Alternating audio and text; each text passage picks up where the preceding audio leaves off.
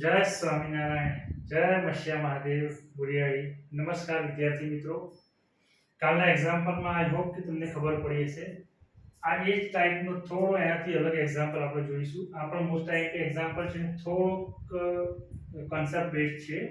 તો જોઈએ શું કીધું છે અહીંયા એક્ઝામ્પલમાં રકમમાં. આકૃતિમાં કિરણ ઓપી, ઓક્યુ, ઓઆર અને ઓએસ ચાર કિરણો આપણને આપેલા છે. શું આપેલું છે? ઓપી, ઓક્યુ, ઓઆર અને ઓએસ ચાર કિરણો આપણને આપેલા છે. પછી શું કીધું છે? તો સાબિત કરો કે ખૂણો POQ પ્લસ ખૂણો QOR પ્લસ ખૂણો SOR પ્લસ ખૂણો POS ઇઝ ઇક્વલ ટુ 360. બરાબર છે. તો પહેલા આપણે રકમ સમજી કે રકમમાં આપણને શું કીધું છે કે ચાર કિરણ આપે છે આ રીતે OP, OQ, OR અને OS. અને પછી આપણે શું કરવાનું છે કે આ ચારે ખૂણાઓનો સરવાળો 360 થાય એવું આપણે સાબિત કરવાનું છે. તો અહીંયા જો આપણને એક વસ્તુ ખબર છે કે ધારો કે આ રીતે સરળ કોણનો આપણે કોન્સેપ્ટ જોયો તો બરાબર છે. અહીંયા બિંદુ હોય, આ કેટલો થાય? 180. સિમિલરલી આ પણ 180. તો ટોટલ અહીંયા કેટલો થશે? 360. આપણે એ જ વસ્તુ સાબિત કરવાની છે કે આ ચારે ખૂણાઓનો સરવાળો કેટલો થાય છે? 360. પણ અહીંયા આપણે કિરણ OQ બ્રેક થઈ જાય છે બરાબર છે. તો અહીંયા આપણે એક કિરણ OQ થી કોઈ પણ બિંદુ સુધી આને રેખા તરીકે આપણે લંબાવી શકીએ અને બિંદુને કોઈ પણ આપણે નામ આપી શકીએ બરાબર છે. ધારો કે આપણે નામ આપીએ છીએ T. તો અહીંથી હું આમ ડ્રો કરી શકું છું.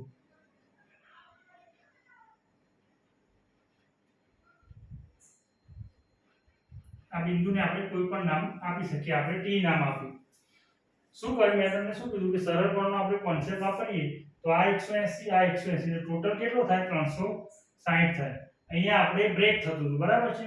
તો આપણે આ OQ કિરણને T બિંદુ સુધી લંબાવી શકીએ બરાબર છે. તો હવે શું થઈ જશે? રેખા TOQ થશે. ખબર પડે હું શું કહેવા માંગુ છું? કે અહીંયા O થી આપણે T બિંદુ સુધી આ OQ ને લંબાવ્યું બરાબર છે. તો એનાથી શું બન્યું?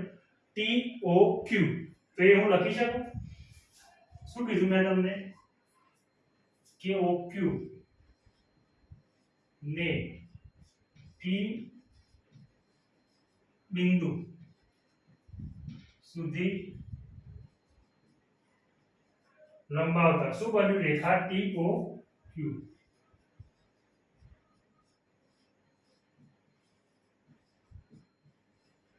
ખબર પડી મેં તમને શું કીધું? કે આ 180 નીચેનો પણ 180 એટલે આપણે 360 સાબિત કરવાનું છે બરાબર છે. પણ અહીંયા શું આપ્યું છે કે OQ કિરણ જ ખાલી આપ્યું હતું. અહીંયા બ્રેક થતું હતું. આપણે અહીંયા T પોઈન્ટ સુધી T, M, C વોટેવર તમારે જે બિંદુ નામ આપવું હોય તમે આપી શકો બરાબર છે. હવે જુઓ, એટલે આનાથી આપણે શું કર્યું? એક રેખા TOQ બનાવી બરાબર છે. હવે જુઓ, આ કિરણ OP એ રેખા TOQ પર છે. શું છે? કિરણ OPS ક્યાં છે? રેખા TOQ ના ઉપર છે. ખબર પડી? આ રીતે છે. આ TOQ છે અને આ કિરણ P છે. તો હવે એક રેખા અને એમાંથી એક કિરણ જતું હોય તો આ શું થાય? રેખિક જોડના ખૂણા બને, બે ખૂણાઓ, અને રેખિક જોડના ખૂણાઓનો સરવાળો કેટલો થાય? 180. ખબર પડે હું શું કહેવા માંગુ છું? આ એક રેખા છે, એમાંથી એક આ કિરણ જાય છે. તો આ બે ખૂણાઓ શું થશે? રેખિક જોડના ખૂણા થશે. અને રેખિક જોડના ખૂણાઓનો સરવાળો કેટલો થાય? 180 થાય. આપણે જોયું તો આગળ. તો શું થશે? TOQ રેખા TOQ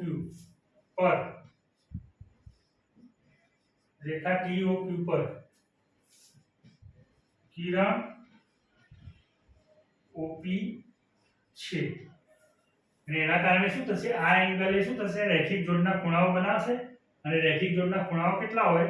180. સરવાળો કેટલો હોય? 180 હોય. તો આપણે શું લખી શકીએ? Angle TOP plus POQ plus angle POQ is equal to 180. ખાસ કારણ લખવાનું. શું લખવાનું? રૈખિક જોડના ખૂણાઓ ખબર પડી શું કર્યું TOQ માં કિરણ કયું છે OP છે તો શું થશે એક રેખા છે એક કિરણ છે તો શું થશે રેખિક જોડના ખૂણાઓનો સરવાળો 180 થાય અને આપણે કહી દઈએ સમીકરણ નંબર 1 ખબર પડી હવે એ જ રીતે ફરીથી જુઓ અહીંયા શું થશે કે કિરણ OS એ પણ કેવું છે રેખા TOQ પર છે કિરણ OS એ ક્યાં છે રેખા TOQ પર તો અહીંયા પણ આ પણ શું થશે રેખિક જોડના ખૂણા બનાવશે આ રીતનું છે જુઓ શું છે કિરણ આ રેખા TOQ અને અહીંયા કિરણ છે OS તો આ પણ શું થશે 180 અંશ થશે રેખિક જોડના ખૂણાના કોન્સેપ્ટ પ્રમાણે ખબર પડે છે ને મિત્રો રેખિક જોડના ખૂણા એટલે શું થશે TOS SOQ શું થશે 180 ખબર પડી તો શું છે તો રેખા TOQ પર બીજું કિરણ કયું છે કિરણ OS છે તો ફરીથી આપણે શું લખી શકીએ એંગલ માટે એંગલ TOS પ્લસ SOQ અથવા તો QOS પ્લસ એંગલ SOQ શું થશે 180 અગેન કેમ રેખિક જોડના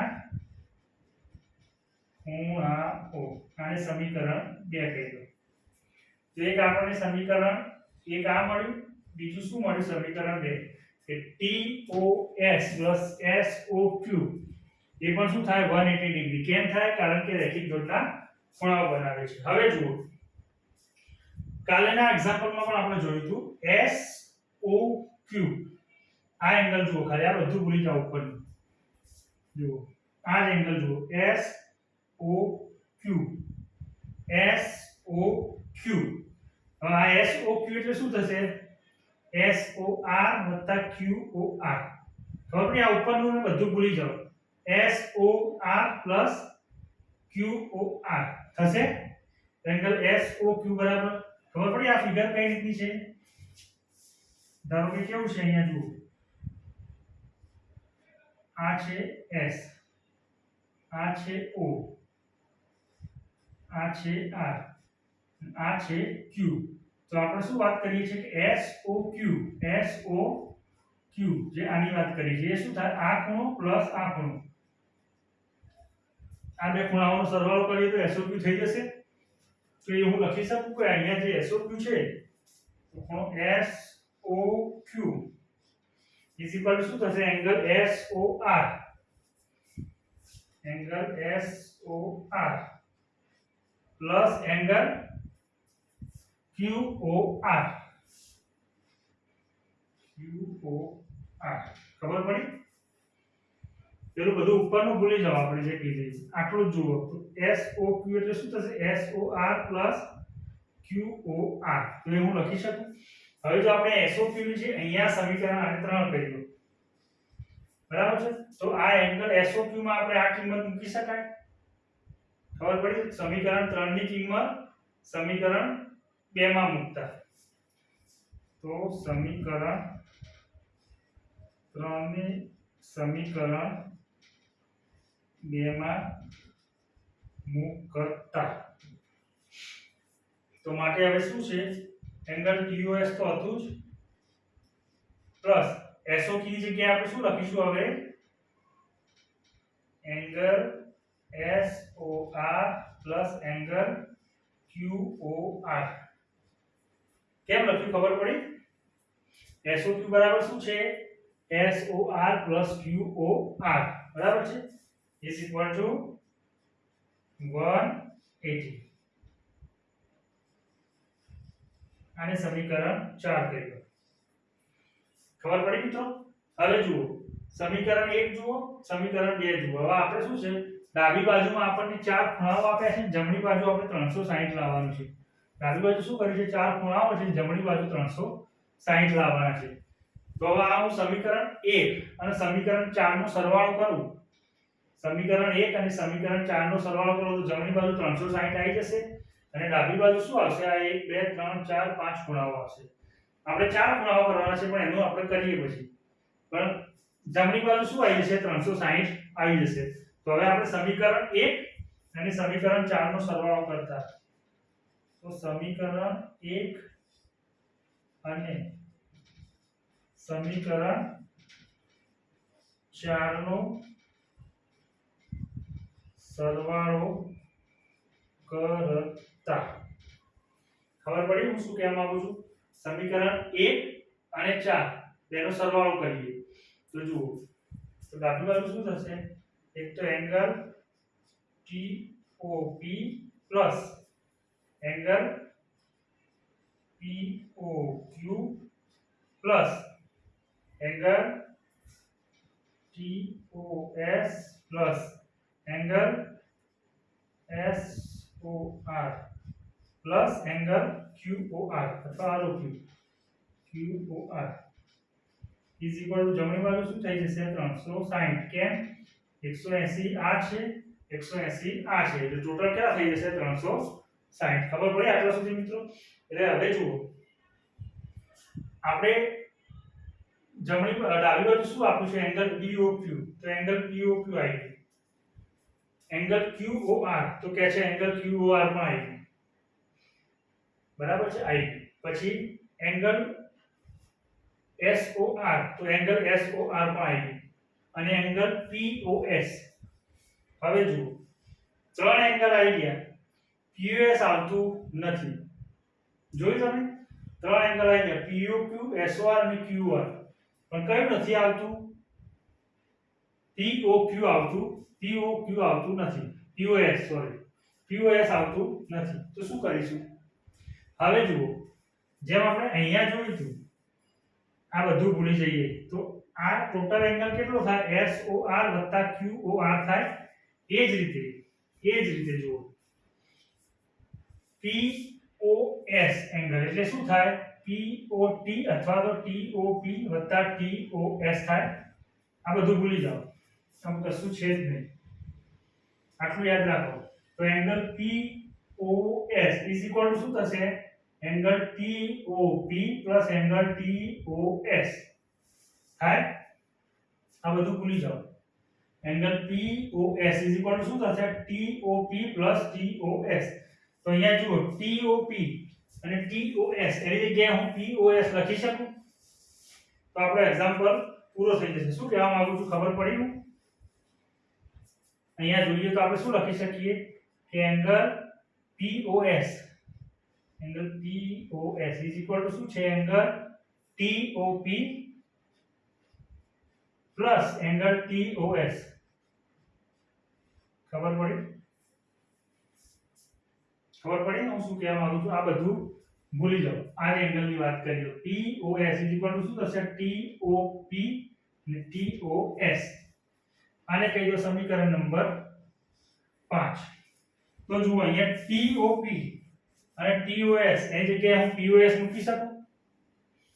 ખબર પડી? POS ઇક્વલ ટુ શું થયું? TOP + TOS. તો આ સમીકરણ TOP પ્લસ TOS એની જગ્યાએ હું શું મૂકી શકું?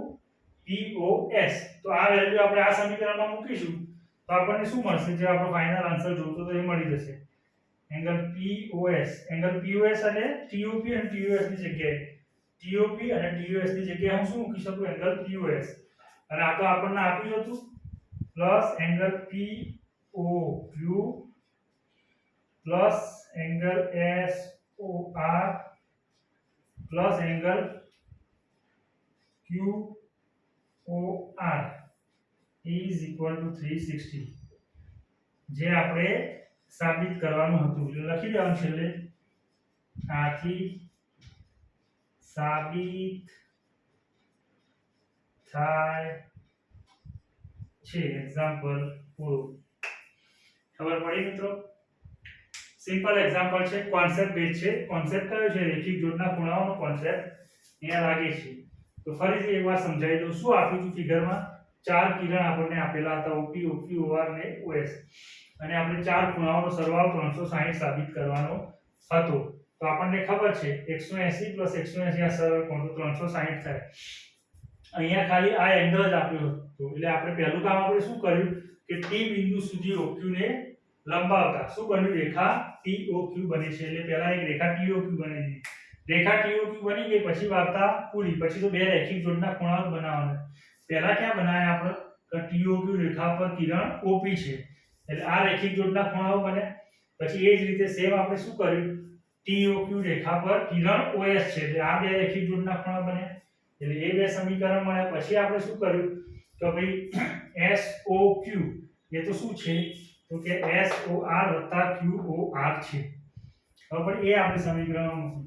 એ જ રીતે આ બધું ભૂલી જઈને આપણે શું વિચાર્યું કે POS એ તો શું છે TOP + TOS છે.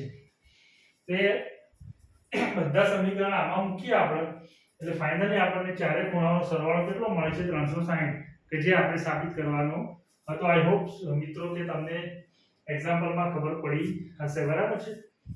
જય સ્વામિનારાયણ, જય મશિયા મહાદેવ.